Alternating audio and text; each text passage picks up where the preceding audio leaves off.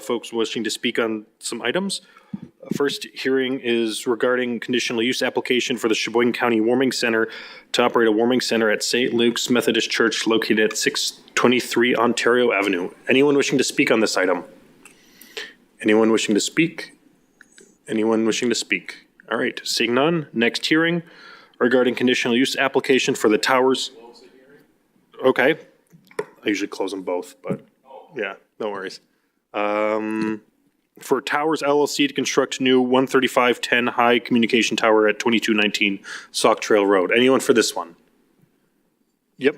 Are you the applicant or like a neighbor on this one? Okay. Just wait. Yep. Anyone else? Final call. Anyone else? Seeing none? All right. There's been a motion to close the hearings. There we go. Moved and seconded. All those in favor? Any objections? Chair votes aye. Both the hearings are closed. All right, moving along.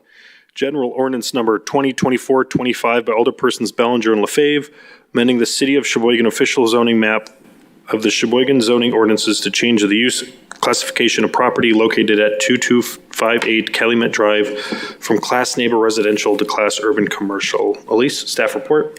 Presently, there is a commercial building that sits over two parcels. One parcel is zoned urban commercial while the other is zoned neighborhood residential 6. The owner would like to operate a laundromat from this location, so the parcel zoned neighborhood residential 6 needs to be rezoned to match the urban commercial zoning. Cool. Questions from commission members? Is the applicant here? Okay. I think he was zooming in. Okay. I guess if there's not questions, is there motions? Second. Moved and seconded. All right. Any further discussion? Seeing none, all those in favor state aye. Aye. Any objections? Chair votes aye. Motion's approved.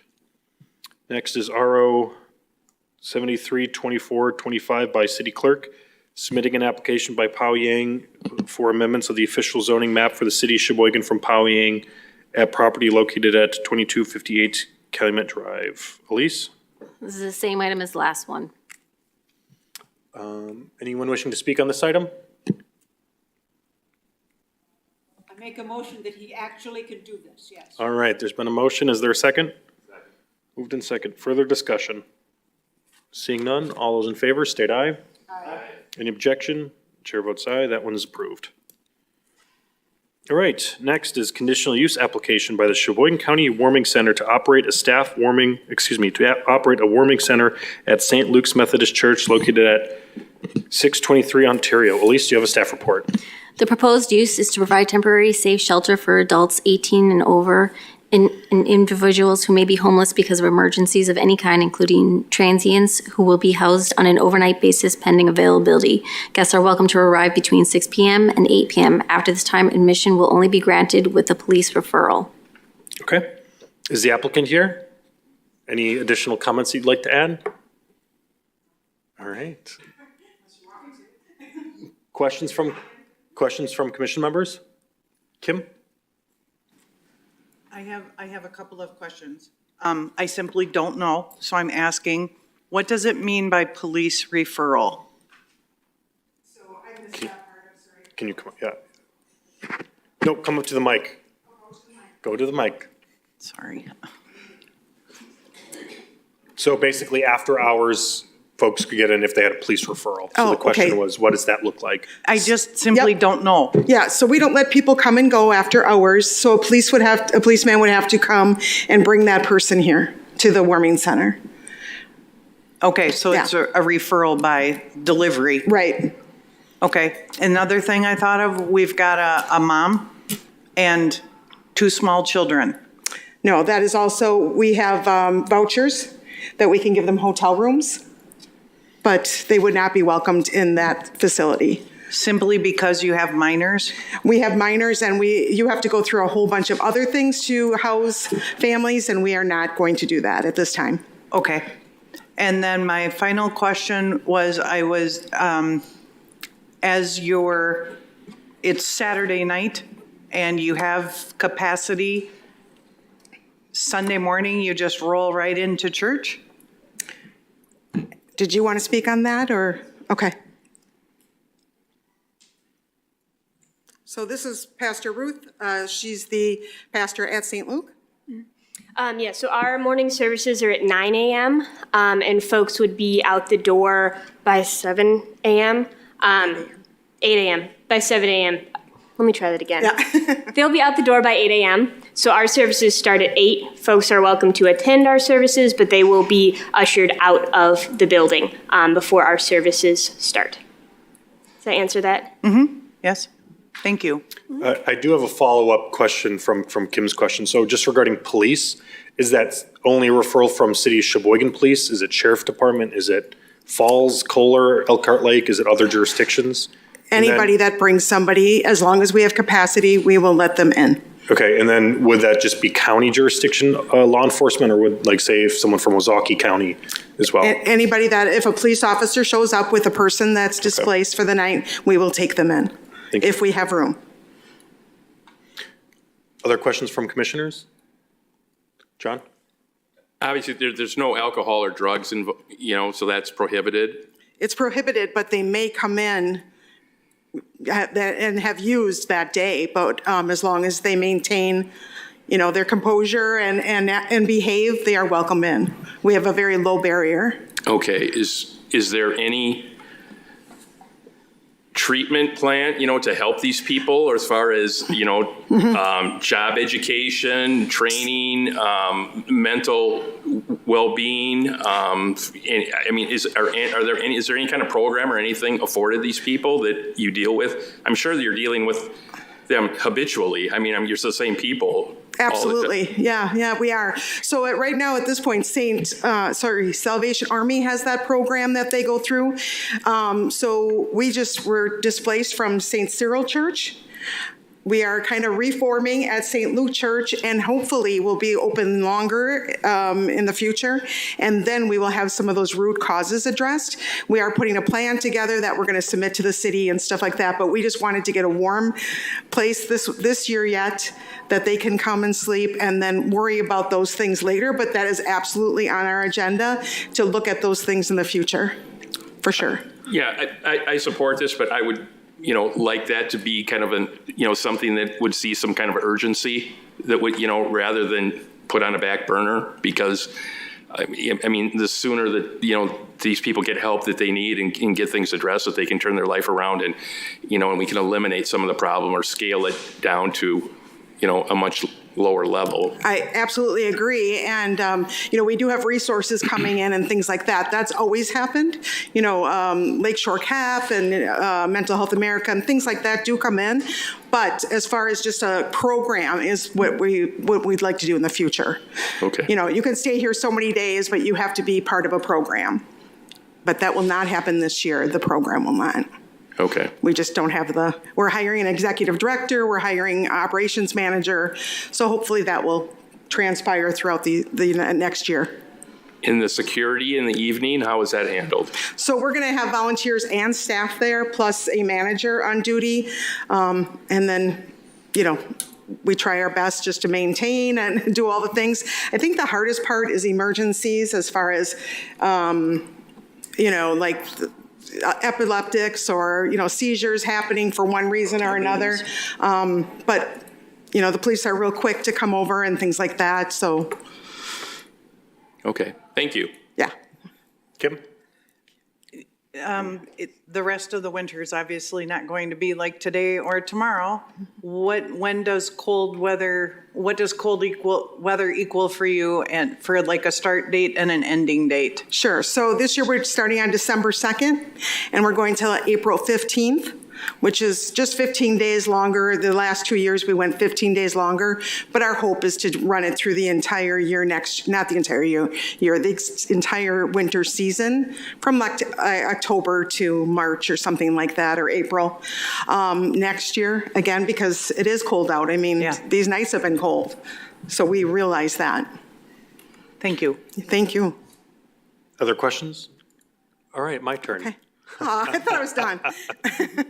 I appreciate the questions asked so far. So I guess, is there so some of the individuals staying at a facility like this, they might not just stay one day, they might stay a few days back to back. I guess I'm wondering, so two-pronged question. Is there a code of conduct of sorts for individuals staying at a facility like these, like, you know, how they behave inside the property, around the property, and maybe outside the property? And second part, you know, is there a type of safety plan that you have for individuals there and for the volunteers and staff at the facility as well? So safety plan and code of conduct are kind of where my questions are. So the code of conduct, first of all, is, well, one thing, it will be a lot easier to watch them, because there's, at St. Luke, we have a long hallway. At the last church, they were all out in the parking lot, kind of fluttering about. So we're hoping that when it's cold, we're going to open an hour earlier. No, we're opening an hour earlier regardless than we have in the past, but then they can come in this hallway and stand instead of mess around outside. So I think that's a good thing. The code of conduct, absolutely. If they don't act like a human being, act like a person, they will be asked to leave, and they may get escorted out by police or some of the people there. But we don't tolerate that at all. Again, you can come in high, drunk, but you have to maintain a code of conduct for sure. As far as any plans for, you know, we have everything in place, and we train our volunteers and our staff to anticipate what's going to happen in the evening. I mean, when they come in, they're going to be putting all their belongings in a bucket, and they won't get to see those until the next morning.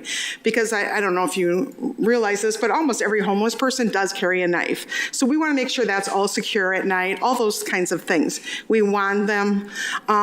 We go through all their bags to make sure that they don't have alcohol or drugs in it. We are putting up more safety procedures than we have in the past. And we also are going to send, or have all the volunteers and staff attend some meetings through different safety measures, I guess is my point. And just want to echo what John said as well, too. Just connecting to services and resources, I think, is fundamentally important for success of something like this. We agree. We don't want to do this every year. Yep. Right? Yeah. Other questions? Motions? Make a motion to approve. Marilyn, you got a question? I was going to say, you definitely seem to know what you are doing, and that is wonderful. And I would move to approve. Oh, thank you. Second. Moved and seconded. Final thoughts? All those in favor, state aye. Aye. Any objections? Chair votes aye. That is approved. Thank you. Thank you. Next is item 10, conditional use application by the Towers LLC to construct a new 135 to 10 high conductor tower at 2219 Sauk Trail Road. Elise? The existing use of the space is grass or gravel area for the current business. The proposed use is a cell tower to provide cellular coverage for the city of Sheboygan. The project includes a new monopole and a 55-50 chain link fence compound. Verizon Wireless will co-locate on the tower and inside the compound. Okay, is the applicant here? Anything else you want to add? Cool. Questions from commissioners? Motions from commissioners? Move to approve. Final thoughts? Seeing none, all those in favor state aye. Aye. Any objection? Chair votes aye. That's approved. Next is concept plan by Rachel Kohler to construct 3 new single-family homes in a family hall building and a pool and a gym building located at 102 Volrath Boulevard. Elise, staff report. The project theme for the development of the site is to increase the number of dwellings for the family as they have outgrown the existing residence. The development will provide the necessary living quarters for the family to live in, visit, and gather in reinforcing their connection to the property and greater community. All right, is the applicant here? Anything else you want to add? Teams, being there in person.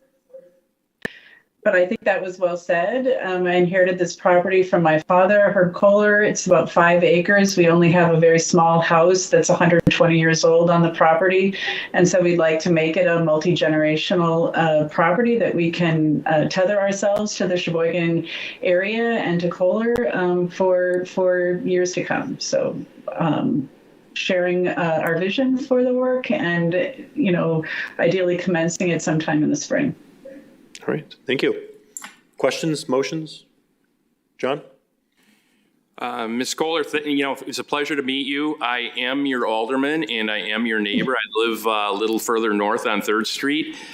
This is a rather unusual request to come before the Plan Commission. It's very unique, and it's I think it's very it's like I said, it's unique. I think it's going to be really nice for your family. Your property is spectacular. I just have a couple questions.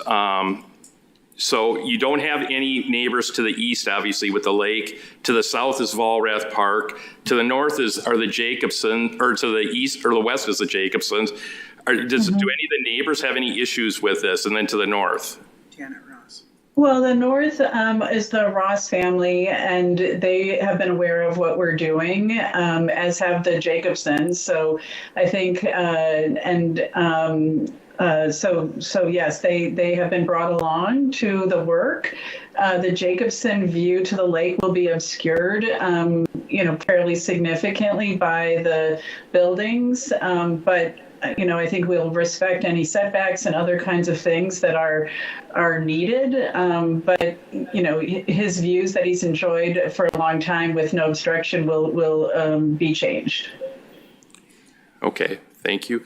And then you're going to access this property from 3rd Street now too, if I look at the plan correctly. Is that right? Yes, the original driveway for the property was actually on 3rd Street. And for reasons I can't even understand, my dad changed that at some point. So we just want to put it back to where it was. We think that is a better way to enter the property and get a vantage point of towards the lake. So that would be what we proposed, just putting it back to where it was originally. And so currently there is a telephone, some type of power pole that's right there right now. So is that going to be buried, or how is that going to be addressed?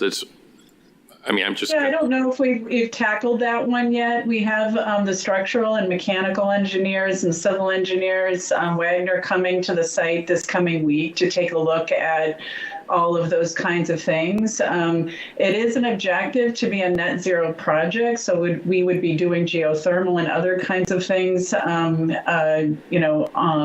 the ground.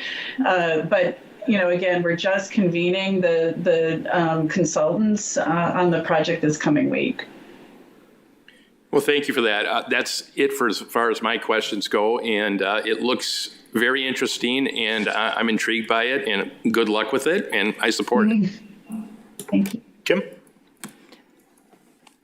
I have a question, and it is, we can see the layout, and of course, everything looks beautiful, and the drawings and images are good, and it's a beautiful layout.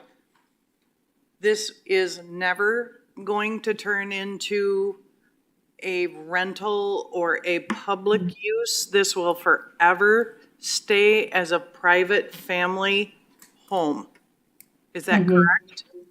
Yes, I think probably my dad would turn over in his grave if we did anything otherwise. So it will always be private.